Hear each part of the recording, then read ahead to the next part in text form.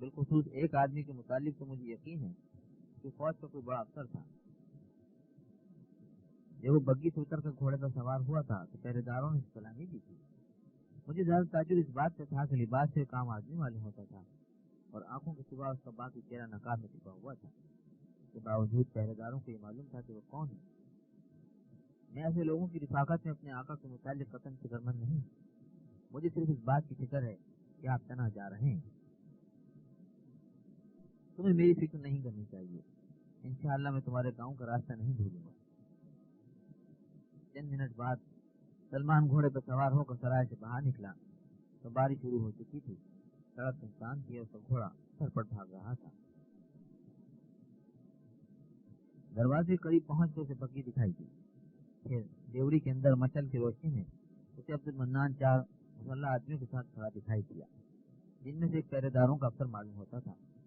ان کے پیچھے 2 آدمی باہر کا بھاری دروازہ کھول رہے تھے۔ سلمان چند ثانیے دیوری کے سامنے رکا، پھر جب دروازہ کھل گیا اور مسلح آدمی ایک طرف ہٹ گئے تو افسر نے ہاتھ سے اشارہ کیا، اس نے گھوڑے کو ایک لگا دی۔ سلمان نے ایک ثانیے کے لیے گھوڑا روکا، پھر اس کی بازیں ڈھیلی چھوڑ دی۔ دیوری عبور کرنے کے بعد اس نے مڑ کر دیکھا تو پہرے داروں کا افسر اسے ہاتھ کے اشارے سے الوداع کہہ رہا تھا۔ سلمان نے بلند آواز سے خدا حافظ کہا اور گھوڑے کو ایک لگا دی۔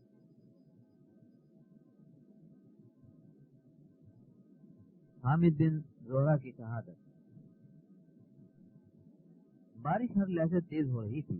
چند منٹ پوری رفتار سے گھوڑا بگانے کے بعد سلمان اس مقام پر پہنچ چکا تھا جہاں دائیں اور بائیں جانب سے 2 اور راستے سڑک سے ملتے تھے۔ اس نے چند ثانیے گھوڑا روک کر اپنے گرد و پیش کا جائزہ لیا اور پھر اسی رفتار سے آگے چل دیا۔ قریباً 1 میل اور طے کرنے کے بعد اسے گھوڑوں کی تاپ اور ہنگناٹ سنائی دی۔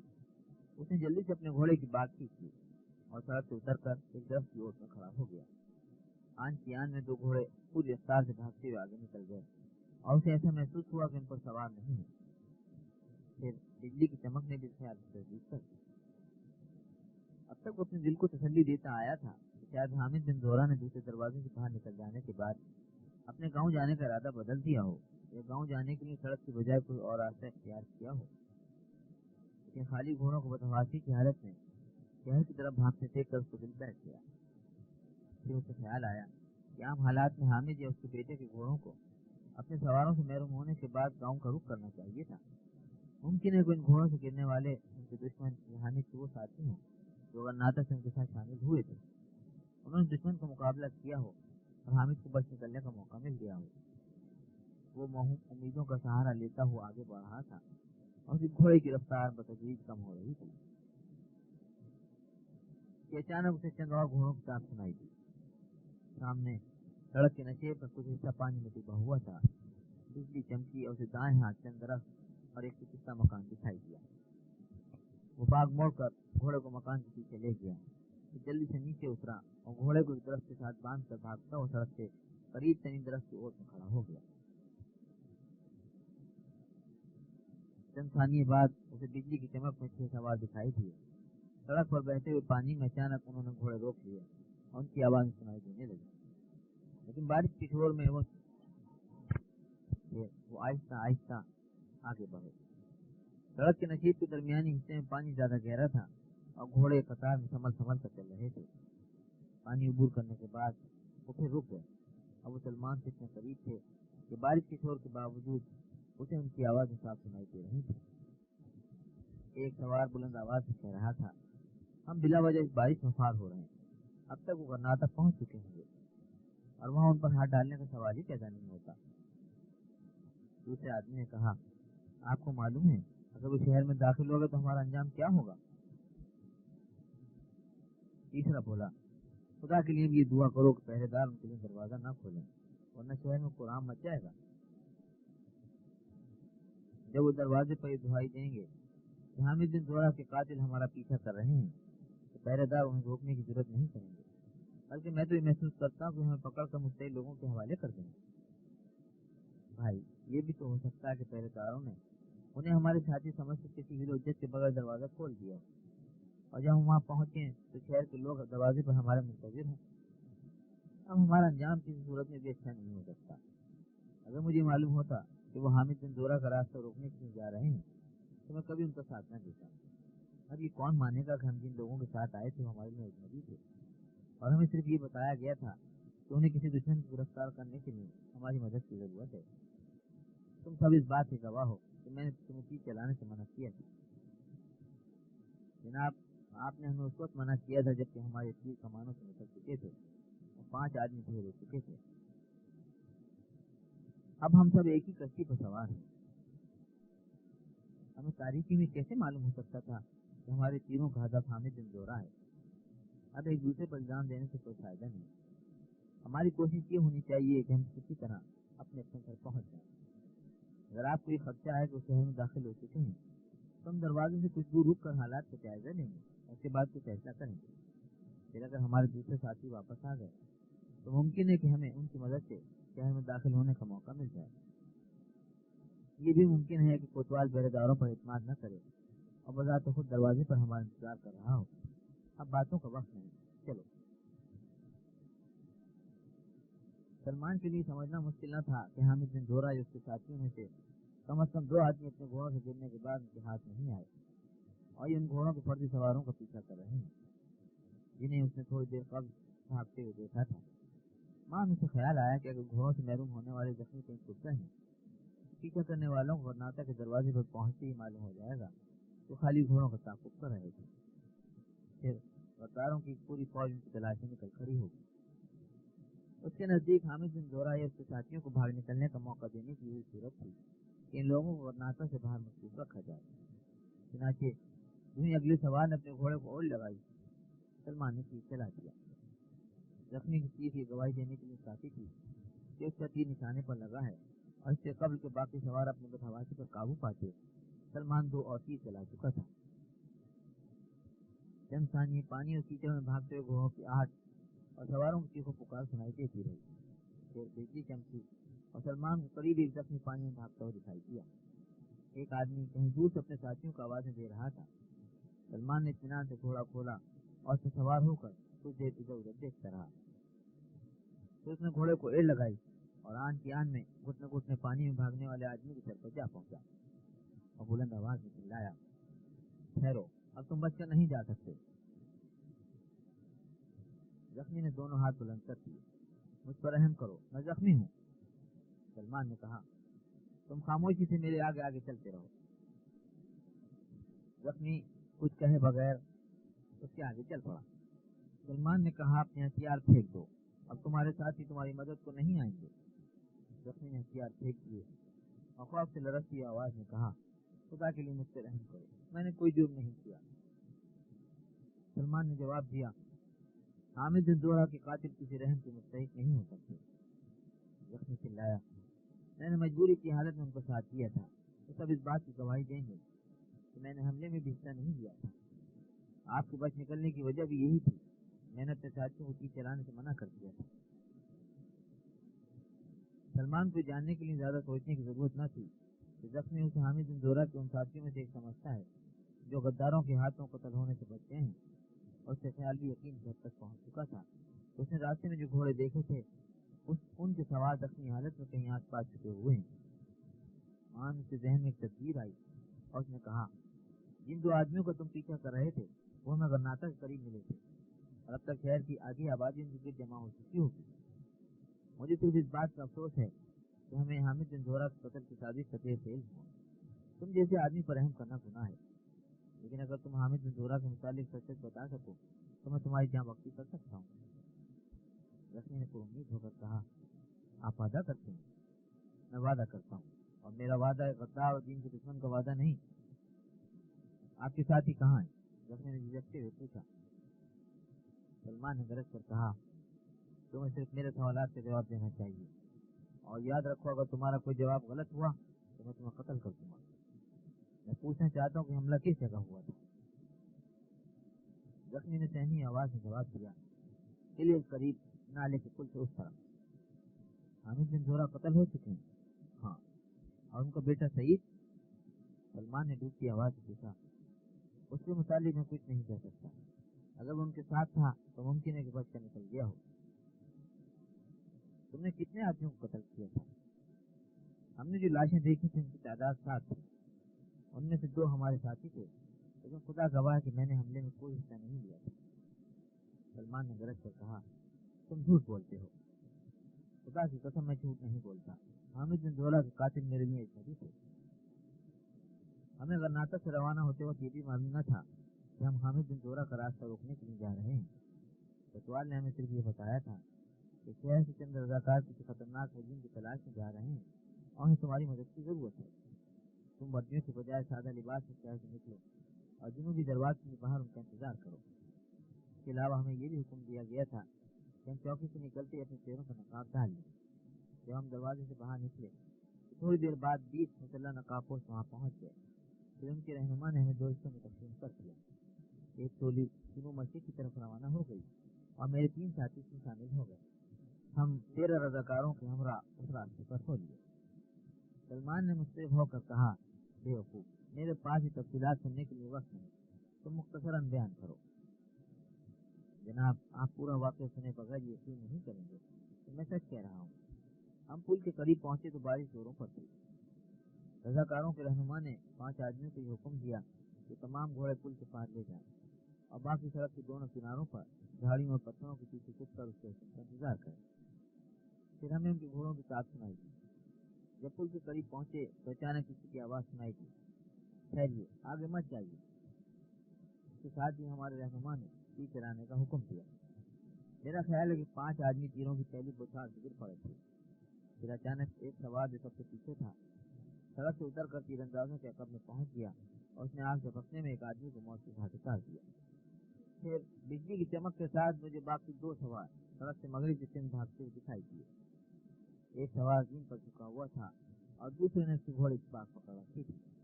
میرا خیال ہے کہ وہ زخمی تھا۔ اچانک تیسرا سوار جس نے دائیں طرف حملہ کر کے ہمارے ساتھی کو قتل کیا تھا، یہ ایک سڑک عبور کر کے بائیں طرف پہنچ گیا۔ اگر میں اپنے ساتھیوں کو تیر چلانے سے منع نہ کرتا تو اس کو بچ نکلنا ممکن نہ تھا۔ ہمیں ان درندوں نے دھمکی دی تھی کہ اگر ان 3 آدمیوں میں سے کوئی بچہ نکل گیا تو کوتوال تمہاری گردنیں اتروا دے گا۔ سلمان نے کہا، تمہیں اپنی وکالت کی ضرورت نہیں، مجھے معلوم ہے تم کتنے نیک ہو۔ میں تم سے حامد بن زورہ کے متعلق پوچھنا چاہتا ہوں۔ جناب، وہ قتل ہو چکے ہیں۔ انہوں نے بجلی کی چمک میں ان کی لاش پہچان لی تھی۔ میرا خیال ہے کہ جب وہ گھوڑے سے گر پڑے تھے تو کسی نے ان کے سر اور سینے پر تلوار سے ضربیں لگائی تھی۔ 2 اور زخمی چھٹک رہے تھے، انہیں بھی قتل کر دیا گیا تھا اور ان کی لاشیں انہیں نالی میں پھینک دیا گیا تھا۔ اب تک شاید دریا میں پہنچ چکی ہیں۔ سلمان نے کہا، تم نے ایک جھوٹ بولا ہے۔ جناب، میں قسم کھاتا ہوں کہ لاشیں نالے میں پھینک دی گئی۔ بیوقوف، میں لاشوں کی بات نہیں کرتا۔ تم نے کہا ہے تمہارے ساتھیوں میں سے بھی 2 آدمی قتل ہوئے تھے، اس طرح لاشیں 6 نہیں 7 ہونی چاہیے۔ جناب، 7واں آدمی اس کے بعد قتل ہوا تھا۔ ہمارے رہنما نے گھوڑے منگوانے کے بعد مجھے حکم دیا تھا کہ میں اپنے ساتھیوں سے ہمراہ سڑک پر سے سیدھا غرناطہ کا رخ کروں اور خود اپنے رضاکاروں کو لے کر بائیں طرف چلا گیا تھا۔ ہم بمشکل 100 قدم دور گئے تھے کہ ہمیں تمنچہ چلنے کی آواز کے ساتھ رضاکاروں کی چیخ و پکار سنائی تھی۔ ہم نے گھوڑے روک لیے اور اپنے ایک ساتھی کو تحقیق کے لیے بھیجا۔ اس نے واپس آ کر یہ بتایا کہ بھاگنے والوں میں سے ایک سوار پل سے تھوڑی دور جھاڑیوں کی اوٹ میں کھڑا تھا اور اس نے رضاکاروں میں سے ایک اور آدمی کا ہلاک کر دیا۔ پھر سڑک پر تم نے صرف 2 سوار دیکھے تھے؟ ہاں، ہم نے راستے کی ایک بستی سے آگے سڑک کے موڑ پر گھوڑوں کی چاپ سنی تھی اور ہمارا اندازہ یہی ہے کہ وہ 2 تھے۔ ہمارا خیال تھا کہ تیسرے آدمی نے تمنچہ چلانے کے بعد رضاکاروں کو اپنے پیچھے لگا کر ان لوگوں کو بچ نکلنے کا موقع دیا تھا اور مجھے اس بات کی خوشی تھی کہ اپنا پیچھا کرنے والوں کو چکمہ دے کر سڑک پر پہنچ گئے ہیں۔ تمہیں اس بات کی خوشی تھی کہ اگر وہ تمہارے ہاتھ آ جائیں تو غدار تمہیں زیادہ انعام کو مستحق سمجھیں گے۔ خدا کے لیے مجھ پر اعتبار کیجیے، اگر ہم کوشش کرتے تو انہیں گھیر لینا مشکل نہ تھا۔ ہم صرف دکھاوے کے طور پر ان کا پیچھا کر رہے تھے اور اس کی وجہ یہی تھی کہ ہمیں ایک دوسرے پر اعتماد نہ تھا۔ جب فاصلہ کم ہونے لگتا تھا تو ہم اپنی رفتار کم کر دیتے تھے اور جب فاصلہ زیادہ ہونے لگتا تھا تو ہماری رفتار تیز ہو جاتی تھی۔ تمہیں حامد بن زورہ کے قتل کے بعد بھی معلوم نہیں ہوا تھا کہ تمہارا رہنما کون تھا؟ نہیں، میں یاد کر چکا ہوں کہ انہوں نے اپنے چہروں پر نقاب ڈال رکھے تھے۔ سلمان نے کہا، تم اس جھوپڑی کے اندر چلے جاؤ، ہو سکتا ہے کہ اس کی چھت پر کوئی حصہ سلامت ہو اور تمہیں بارش سے پناہ مل جائے۔ میں واپس غرناطہ پہنچتے ہی کسی کو تمہاری مدد کے لیے بھیجنے کی کوشش کروں گا۔ زخمی چلایا، خدا کے لیے ظلم نہ کیجیے، اگر غرناطہ میں کسی کو یہ معلوم ہو گیا کہ میں حامد بن زورا کے قاتلوں کا ساتھی ہوں تو کوتوال کے لیے بھی میری جان بچانا ممکن نہیں ہوگا. لوگ میری بوٹیاں نوچنے کے لیے تیار ہو جائیں گے. تم کہاں جانا چاہتے ہو؟ مجھے معلوم نہیں، لیکن فی الحال میں غرناطہ نہیں جا سکتا. مجھے یہ بھی یقین نہیں کہ میں صبح تک زندہ رہوں گا. تم جیسے لوگوں کو جلدی موت نہیں آیا کرتی، اور میں یہ محسوس کرتا ہوں کہ تم پر زخم سے کہیں زیادہ خوف کا اثر ہے. تم کسی رحم کے مستحق نہیں ہو، لیکن میں تمہاری جاں بخشی کا وعدہ کر چکا ہوں. تمہاری گفتگو سے میں نے اندازہ لگایا ہے پولیس کے باقی آدمی تمہارے ماتحت تھے. جناب، میں اس بات سے انکار نہیں کرتا کہ میری کمان میں غرناطہ سے روانہ ہوئے تھے، لیکن شہر سے نکلنے کے بعد میری ذمہ داری صرف اتنی تھی کہ میں ان سے رضاکاروں کے رہنما کے احکامات کی تعمیل کرواؤں. یہ میری بدقسمتی تھی کہ جب رضاکاروں کے رہنما نے تیر چلانے کا حکم دیا تھا تو میں اپنے ساتھیوں کو بر وقت نہ روک سکا، لیکن اگر میں روک بھی دیتا تو بھی اس سے کوئی فرق نہ پڑتا. سلمان نے کہا، میرا خیال ہے کہ تمہارے ساتھی تمہیں اس حالت میں چھوڑ کر غرناطہ جانے کی ضرورت نہیں کریں گے. اس میں تم میرے آگے چلتے رہو، ممکن ہے تھوڑی دور آگے کہیں چھپے ہوئے ہوں. چلو. زخمی بے بسی کی حالت میں سلمان سے آگے چل دیا. سڑک پر کچھ 200 قدم چلنے کے بعد ایک طرف سے کسی کی آواز سنائی دینے لگی، یحییٰ، یحییٰ، مردان. سلمان نے گھوڑا روکتے ہوئے اپنے ساتھی سے کہا، ٹھہرو، تمہارا نام کیا ہے؟ میرا نام یحییٰ ہے. سلمان نے کہا، تم زمین پر لیٹ جاؤ اور اپنے ساتھی کو اس طرف بلانے کی کوشش کرو. جلدی کرو ورنہ میں تمہاری گردن اڑا دوں گا. زخمی نے جلدی سے زمین پر لیٹ کر آواز کی، میں یہاں ہوں. سلمان نے کہا، بیوقوف، پوری قوت سے چلانے کی کوشش کرو. اگر تم نے انہیں خبردار کرنے کی کوشش کی تو میرا پہلا وار تم پر ہوگا. انہیں یہ کہو کہ تم زخمی ہو اور حملہ کرنے والوں نے تمہیں مردہ سمجھ کر چھوڑ دیا تھا. زخمی گلا پھاڑ پھاڑ کر اپنے ساتھیوں کو آوازیں دینے لگا اور سلمان سڑک کے بائیں کنارے جھاڑیوں کے پیچھے چھپ گیا. چند منٹ بعد سڑک کے دائیں جانب کھیتوں سے گھوڑوں کی چانچ سنائی دی. گھوڑے اچانک رک گئے اور ایک آدمی نے آواز دی، یحییٰ، تم کہاں ہو؟ میں یہاں ہوں، اس نے جواب دیا. مروان کہاں ہے؟ مجھے معلوم نہیں. حملہ کرنے والے کہاں ہیں؟ مجھے معلوم نہیں. شاید وہ غرناطہ پہنچ گئے ہیں. تم جلدی آؤ، ہمیں فوراً یہاں سے نکل جانا چاہیے. ایک اور آواز سنائی دی، وہ کتنے تھے؟ مجھے معلوم نہیں وہ کتنے تھے، لیکن اگر تم تھوڑی دیر اور بکواس کرتے رہے تو غرناطہ سے ہزاروں آدمی یہاں پہنچ جائیں گے. گھوڑوں کی ٹاپ دوبارہ سنائی دی اور آن کی آن میں 4 سوار سڑک پر پہنچ گئے. ایک سوار نے گھوڑے سے کود کر زخمی کو اٹھانے کی کوشش کرتے ہوئے کہا، میں بار بار یہ کہتا تھا کہ ہمیں سڑک سے دور رہنا چاہیے. آپ کا گھوڑا ہمارے پیچھے آ گیا تھا اور ہم اسے تھوڑی دور باندھ آئے ہیں. 2 اور سوار گھوڑوں سے اتر پڑے اور ان میں سے ایک نے کہا، اب باتوں کا وقت نہیں، تم انہیں اپنے گھوڑے پر بٹھا کر لے جاؤ، ہم مروان کو تلاش کرتے ہیں. وہ مسجد کی طرف نکل گیا تھا. ممکن ہے وہ غرناطہ کا رخ کرنے کے بجائے اپنے گاؤں پہنچ گیا ہو. چوتھا آدمی جو ابھی تک اپنے گھوڑے پر بیٹھا ہوا تھا بولا، پہلے فیصلہ کرو کہ ہم کو کہاں جانا ہے. جھاڑیوں کی اور سے آواز آئی، اب تم کہیں نہیں جا سکتے. اور اس کے ساتھ ایک دھماکہ سنائی دیا اور وہ اچھلتے ہوئے گھوڑے سے گر پڑا. چراغ جھپکنے کی دیر میں سلمان سڑک پر نظر آیا اور اس کی تلوار کی پہلی ضرب کے ساتھ ایک اور آدمی گر پڑا. تیسرے آدمی نے گھوڑے پر سوار ہو کر بھاگنے کی کوشش کی، لیکن سلمان نے پلٹ کر اپنا گھوڑا اس کے پیچھے ڈال دیا. اچانک اس نے گھوڑے کی باغ بائیں طرف موڑ لی اور سلمان کا پہلا وار خالی کیا، لیکن آن کی آن میں وہ دوبارہ اس کی زد میں آ چکا تھا. اس نے کترا کر دوسری طرف نکلنے کی کوشش کی، لیکن سلمان نے وار کیا اور وہ چیخ مار کر ایک طرف لڑک گیا. پھر رکاب میں پھنسے ہوئے پاؤں کے سوا اس کا باقی دھڑ زمین پر رگڑ کھا رہا تھا. بدہواس گھوڑا چند چھلانگیں لگانے کے بعد رک گیا. اچانک سلمان کو پیچھے سے کوئی آواز سنائی دی اور اس نے جلدی سے اپنے گھوڑے کی باغ موڑ کر اسے ایڑ لگا دی. پھر بجلی کی چمک میں اسے 2 آدمی آپس میں کچھ لفظ دکھائی دیے. یحییٰ، اس نے قریب پہنچ کر آواز دی. جواب میں اسے ایک ہلکی سی چیز سنائی تھی اور اس کے ساتھ ہی ایک آدمی نے اٹھ کر بھاگنے کی کوشش کی، لیکن دوسرا آدمی اس کی ٹانگ سے سمٹ گیا اور منہ کے بل گر پڑا. یحییٰ نے دودھ کی آواز میں کہا، اسے جانے نہ دیجیے، اس نے آپ پر تیر چلانے کی کوشش کی تھی. دوسرا آدمی دوبارہ اٹھنے کی کوشش کر رہا تھا، لیکن سلمان گھوڑے سے کود پڑا. پھر آنکھ جھپکنے کی دیر میں اس کی تلوار کو خون میں ڈوب چکی تھی. سلمان نے یحییٰ کی طرف متوجہ ہو کر کہا، میرا خیال تھا کہ یہ بھاگ گیا ہوگا اور شاید تم بھی اس کے ساتھ جا چکے ہوگے. میں نے سوچا تھا کہ تمہیں ایک مددگار کی ضرورت ہے، اس لیے اگر تم بھاگ جاتے تو میں تمہارا پیچھا نہ کرتا. اب تمہیں صرف ایک گھوڑے کی ضرورت ہے اور میں ضرورت پوری کر سکتا ہوں. یحییٰ نے جواب دیا مجھے اب کسی چیز کی ضرورت نہیں، میری آخری منزل آ چکی ہے۔ آپ نے مجھے احساس دلایا تھا کہ گناہگار کے لیے زندگی کے آخری سانس تک توبہ کا دروازہ بند نہیں ہوتا، اور میں آپ کو شکر گزار ہوں۔ اب آپ کو یہاں سے نکل جانا چاہیے۔ تم میرے ساتھی بن چکے ہو اور میں تمہیں اس حال میں چھوڑ کر نہیں جا سکتا۔ یہاں قریب ہی ایک بستی ہے، مجھے یقین ہے کہ وہاں پہنچ کر میں تمہارے علاج کا بندوبست کر سکوں گا۔ سلمان نے اسے سہارا دینے کی کوشش کی، لیکن یحییٰ اس کا ہاتھ پکڑ کر اپنے بغل کے قریب لے گیا۔ مان سلمان کی انگلیاں اسی گرم خون میں ڈوب گئیں، پھر وہ اضطراب کی حالت میں خنجر کا دستہ ٹٹول رہا تھا جو کسی نے اتر چکا تھا۔ یحییٰ نے درد سے کراہتے ہوئے کہا، آپ کا تیر میرے دائیں پہلو میں لگا تھا اور میں نے اسی وقت نکال کر پھینک دیا تھا، لیکن یہ خنجر۔ اس نے اپنا فکرہ پورا کرنے کے بجائے کھانسنا شروع کر دیا اور اس کے ساتھ ہی سے آ گئی۔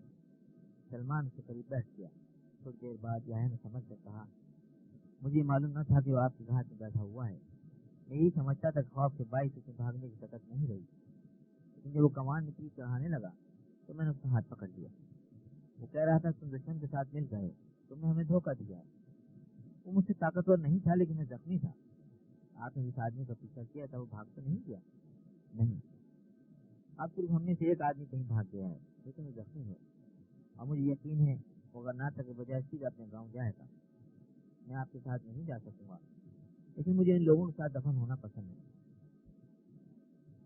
میں تمہیں یہاں چھوڑ کر نہیں جاؤں گا۔ اگر تم ذرا ہمت سے کام لو تو ہم بہت جلد کسی محفوظ جگہ پہنچ جائیں گے۔ میں بھی تمہارے لیے گھوڑا لاتا ہوں۔ سلمان اٹھ کر اپنے گھوڑے پر سوار ہو گیا۔ تھوڑی دیر بعد اس نے واپس آ کر یحییٰ کو آواز دی، یحییٰ اٹھو، میں تمہارے لیے گھوڑا لے آیا ہوں، تم اٹھ سکو گے، تمہاری مدد کروں۔ لیکن یحییٰ نے اسے کوئی جواب نہ دیا۔ یحییٰ اضطراب کی حالت میں اپنے گھوڑے سے کود کر آگے بڑھا اور اسے اپنے سے توڑنے لگا، لیکن اس میں زندگی کے آثار نظر نہ آئے۔ وہ کچھ دیر سوچتا رہا اور پھر اس نے لاش گھوڑے پر لاش دی اور دونوں گھوڑوں کی لگام میں پکڑ کر وہاں سے چل دیا۔ تھوڑی دیر بعد وہ سڑک کے کنارے شکستہ مکان کے سامنے رکا اور لاش اندر لے گیا۔ پھر جلدی سے باہر نکل کر اپنے گھوڑے پر سوار ہو گیا اور ایک ہاتھ سے دوسرے گھوڑے کی لگام پکڑ کر وہاں سے روانہ ہو گیا۔ اس طرف جنوب کی طرف تھا اور اس کی پہلی منزل وہی گاؤں تھا جہاں صبح کے وقت ایک کمسن بچی نے اسے کھانے کی دعوت دی تھی۔ اب بارش تھم چکی تھی اور چاند بھاگتے بادلوں سے جھانک رہا تھا۔ بدریہ سلمان نے گاؤں کے قریب رک کر اپنے گرد و پیش کا جائزہ لیا۔ ایک چند قدم آگے سڑک سے دائیں طرف سنسان گلی میں داخل ہوا اور بائیں ہاتھ آخری مکان کے سامنے گھوڑے سے اتر پڑا۔ گلی کے دوسرے مکانوں کی طرح یہ مکان بھی غیر آباد معلوم ہوتا تھا۔ باہر کی دیوار جگہ جگہ سے ٹوٹی ہوئی تھی اور پھاٹک کا استوار غائب تھا۔ چند ثانیے ادھر ادھر دیکھنے کے بعد وہ اندر داخل ہوا۔ چھوٹے سے صحن کے آگے سے دروازہ کھلا ہوا تھا اور ہوا کے جھونکوں سے اس کے شکستہ دیواروں کی چرچراہٹ سنائی دے رہی تھی۔ سلمان نے چند لمحے سوچنے کے بعد احتیاطاً آواز دی، کوئی ہے؟ پھر کوئی جواب نہ پا کر دونوں گھوڑے یکے بعد دیگرے برآمدے کے ستونوں کے ساتھ باندھ دیے اور جلدی سے باہر نکل آئے۔ تھوڑی دیر بعد وہ مسجد کے سامنے کشادہ حویلی کے پھاٹک کے قریب رکا۔ چند لمحے ادھر ادھر دیکھنے کے بعد دبے پاؤں چند قدم آگے بڑھا، پھر ایک جگہ سے شکستہ دیوار پھاند کر اندر داخل ہو گیا۔ اسے اسٹور کی طرح سے حویلی کے اندر داخل ہونا پسند نہ تھا، لیکن اندرونی مکان باہر کے پھاٹک سے اتنا دور تھا کہ اگر وہ پوری قوت سے چلانے کی کوشش کرتا بھی تو اس کی آواز وہاں تک نہ پہنچ سکتی، اور اس بات کا زیادہ امکان تھا کہ مکینوں کے بجائے بستی والے وہاں جمع ہو جاتے۔ باغ میں کوئی 200 قدم چلنے کے بعد اس نے قلعہ نما عمارت کی بلند دیوار کے درمیان ایک دروازہ کھٹکھٹایا، لیکن اسے کوئی جواب نہ ملا۔ دوبارہ دستک دی اور پھر چند ثانیے توقف کے بعد آوازیں دینے لگا، مسعود۔ تھوڑی دیر بعد اندر سے ایک جسمانی آواز سنائی دی، آپ کون ہیں؟ آپ مسعود کو بلائیں، وہ مجھے جانتا ہے۔ ٹھہریے۔ سلمان کو 5 منٹ انتظار کرتا رہا، پھر اچانک اسے اپنے پیچھے کوئی آہٹ سنائی دی اور ساتھ ہی جس نے بارعب آواز میں سوال کیا، آپ کون ہیں؟ سلمان نے مڑ کر دیکھا، ایک آدمی درختوں سے نکلتا ہوا نظر آیا، اس کے ہاتھ میں تلوار تھی۔ مسعود، اس نے کہا، صبح ہماری ملاقات ہو چکی ہے، مجھے افسوس ہے کہ میں نے تمہیں بے وقت تکلیف کی ہے۔ باہر کا پھاٹک بند تھا اگر بند نہ بھی ہوتا تو بھی مجھے امید نہ تھی کہ میری آواز اتنی دور پہنچ جائے گی. تو مجھے اس بات کا خطرہ بھی تھا اگر میں نے شور مچایا تو گاؤں کے لوگ سڑک پر جمع ہو جائیں گے. اگر مجھے معلوم ہوتا کہ تم مکان سے باہر پہرا دے رہے ہو تو میں گھر والوں کو بے آرام نہ کرتا. تم گھر کی مالکہ کو اطلاع دو. میں حامد بن زورہ کا ساتھی ہوں. اندر سے آواز آئی, تمہارا نام کیا ہے؟ سلمان کے کانوں کو یہ آواز مانوس محسوس ہوئی اور اس نے بلا تعمد جواب دیا, میرا نام سلمان ہے. اچانک دروازہ کھلا اور ایک دراز قامت آدمی باہر نکل آیا جو ولید تھا. سلمان کو اپنی آنکھوں پر یقین نہ آیا. اس نے پوچھا, سعید تمہارے ساتھ ہے؟ ہاں. وہ زخمی ہے؟ ہاں, لیکن آپ کو کیسے معلوم ہوا کہ زخمی ہے؟ مجھے بہت کچھ معلوم ہے, لیکن یہ بات میرے علم میں نہ تھی کہ آپ اس محلے آئے ہیں. ولید کے مزید سوالات کے جواب میں سلمان نے مختصراً اپنی تجویز بیان کر دی. کام پر ولید انسانی خاموشی سے اس کی طرف دیکھتا رہا تو اس نے مسعود سے مخاطب ہو کر کہا, تم انہیں مہمان خانے میں لے جاؤ. اس کے بعد سڑک پر باہر کھڑے رہو اور عمر سے واپس آتے مجھے اطلاع دو. تشریف لائیے, مسعود نے سلمان سے مخاطب ہو کر کہا. سلمان نے تجدد کی حالت میں ولید کی طرف دیکھتے ہوئے پوچھا, سعید کی حالت کیسی ہے؟ ولید نے جواب دیا, سعید بہت گئے, ایسا اس کی برہم پٹی ہو رہی ہے. تشریف کی کوئی بات نہیں, انشاءاللہ وہ ٹھیک ہو جائے گا, میں ابھی آتا ہوں. وہ اندر چلا گیا اور سلمان مسعود کے ساتھ چل پڑا. وہ فضیل کے ساتھ ساتھ چلتے ہوئے دائیں طرف مڑے اور دوسری طرف سے مکان کے مردانہ حصے میں داخل ہوئے. وہاں ایک کشادہ کمرے میں چراغ جل رہا تھا اور بوڑھا نوکر جسے سلمان نے صبح کے وقت دیکھا تھا دروازے کے قریب برآمدے میں کھڑا تھا. مسعود سلمان کو دروازے کے سامنے چھوڑ کر واپس چل دیا. سلمان نے بھیگی ہوئی قبا اور دستار اتار کر بوڑھے سے سپرد کی اور کمرے کے اندر کرسی پر بیٹھ گیا. نوکر نے بھیگے ہوئے کپڑے نچوڑنے اور انہیں دیوار کے ساتھ پھوٹنے پر لٹکانے کے بعد آتش جان میں آگ چلائی, کمرے سے باہر نکل گیا. سلمان کو پہلی بار یہ احساس ہوا کہ اس کا جسم سردی سے گزر رہا ہے. اس نے کرسی کھینچ کر رات کے سامنے ہاتھ پھیلا دیے. قریب نصف گھنٹے وہ ولید کا انتظار کرتا رہا کہ اچانک اسے سین میں کسی کے بھاری قدموں کی آہٹ سنائی دی اور وہ مڑ کر دروازے کی طرف دیکھنے لگا. ولید کمرے میں داخل ہوا اور نڈھال سے ہو کر اس کے قریب کی کرسی پر گر پڑا. سلمان نے مضطرب ہو کر سعید سے متعلق پوچھا. اس نے جواب دیا, اب اس کی حالت قدرے بہتر معلوم ہوتی ہے, لیکن ابھی تک ہوش نہیں آیا. وہ کچھ دیر خاموشی سے ایک دوسرے کی طرف دیکھتے رہے کہ اچانک ولید کی آنکھوں میں آنسو امڈ آئے اور اس نے سر جھکا دیا. سلمان نے کہا, میرے بھائی, اب تمہیں صبر اور حوصلے سے کام لینا چاہیے. ولید نے بڑی مشکل سے اس کی عزت کرتے ہوئے کہا, مجھے اب بھی یقین نہیں آتا. حامد بن زورہ ہمیشہ کے لیے ہمارا ساتھ چھوڑ چکے ہیں. میں نے انہیں تیروں کی پہلی بوسار میں گھوڑے سے گرتے ہوئے دیکھا تھا. اس کے باوجود میں اپنے دل کو فریب دیتا رہا کہ شاید وہ زندہ ہوں اور ظالموں نے انہیں قتل کرنے کی وجہ گرفتار کر لیا ہو. لوگ تو اب یہی کہیں گے کہ میں انہیں موت کے دروازے پر چھوڑ کر بھاگ آیا, لیکن خدا گواہ ہے اگر میرے سامنے سعید کی جان بچانے کا سوال نہ ہوتا تو میں اپنی زندگی کی آخری سانس تک ان کے ساتھ تھی.